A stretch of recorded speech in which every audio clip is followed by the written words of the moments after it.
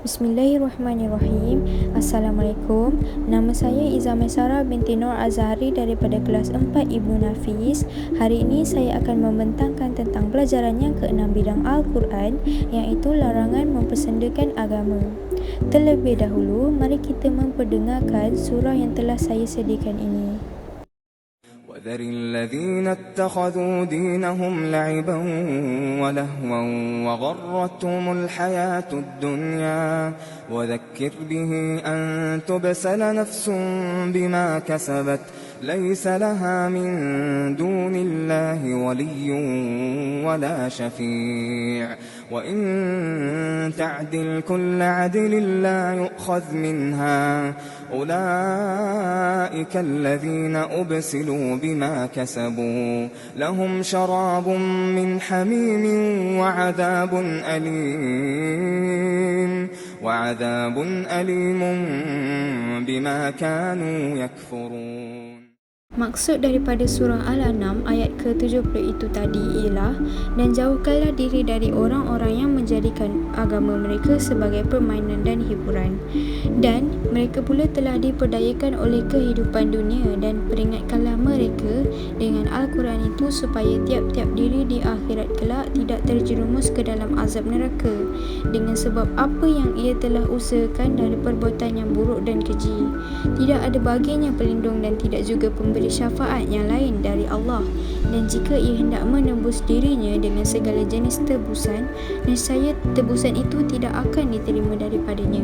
Mereka itulah orang-orang yang dijerumuskan ke dalam azab neraka dengan sebab apa yang telah mereka usahakan. Bagi mereka disediakan minuman dan air panas yang menggelegak dan azab seksa yang tidak terperi sakitnya, disebabkan mereka kufur ingkar semasa hidupnya. Antara bentuk-bentuk perbuatan mempersendakan Islam adalah: yang pertama, berasa bangga dalam diri apabila melanggar perintah Allah Subhanahu Wa Taala. Yang kedua, menyanjung dan melakukan perbuatan maksiat. Yang ketiga, menghina golongan yang bertakwa seperti contoh golongan ilmuwan dan orang yang soleh. Yang keempat, menghalalkan yang haram dan mengharamkan yang halal seperti contoh Allah dah tetapkan melakukan maksiat itu perkara yang haram, tapi ada sesetengah umat Islam menganggap melakukan maksiat itu perkara yang biasa. Okey, yang seterusnya, mengejek dan menghina sunnah Rasulullah SAW, dan yang terakhir, mentafsir Al-Quran mengikut hawa nafsu dan logik akal.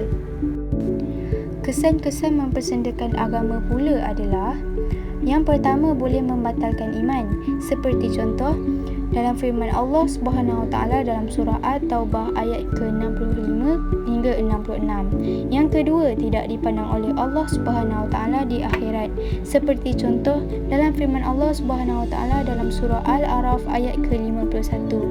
Dan yang ketiga, tidak mendapat kejayaan di dunia dan di akhirat seperti contoh dalam firman Allah Subhanahu Wa Taala dalam surah An-Nahl ayat ke-116.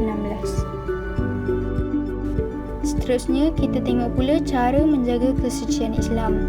Yang pertama, memperkasakan program keilmuan berbentuk bimbingan semua lapisan masyarakat. Dengan cara ni, kita boleh membendung diri kita untuk tidak mempersendakan agama. Yang kedua, mencontohi kepribadian mulia Rasulullah. Yang ketiga, meningkatkan kualiti ibadah fardu dan sunat demi menjamin keutuhan akidah. Yang keempat, meninggalkan segala perbuatan yang boleh mencemarkan kesucian agama Islam. Yang kelima, mengamalkan tuntutan amal makruf nahi mungkar dalam kehidupan. Dan yang terakhir, penguatkuasaan undang-undang dengan mengenakan hukuman dan denda yang berat kepada pesalah. Dengan cara ni, kerajaan boleh mengenakan tindakan bagi sesiapa sahaja yang mempersendakan agama dengan mengenakan tindakan yang setimpal. Selepas itu, pengajaran ayat sebagai umat Islam antaranya adalah kesucian Islam menjadi tanggungjawab umat Islam dan wajib dipelihara. Seterusnya, menyadari bahawa mempersendakan dan mempermainkan agama adalah sebahagian dari tipu daya dunia. Selain itu, mereka yang mempersendakan agama akan mendapat azab di akhirat kelak dan tidak mendapat perlindungan oleh Allah Subhanahu Wa Taala. Yang terakhir, elakkan daripada golongan yang mempersendakan agama demi menjaga kesucian Islam. Dan untuk spektrum ilmu pula, Imam Al-Qurtubi pernah berkata, jika Jika ada seseorang melihat kemungkaran, hendaklah dia memberikan nasihat dan peringatan. Sekiranya nasihat dan peringatan tersebut ditolak, maka tinggalkanlah mereka. Yang kedua, Saidina Umar bin Al-Khattab radhiyallahu anhu pernah berpesan, kembali kepada kebenaran itu lebih baik daripada berterusan mempertahankan kebatilan.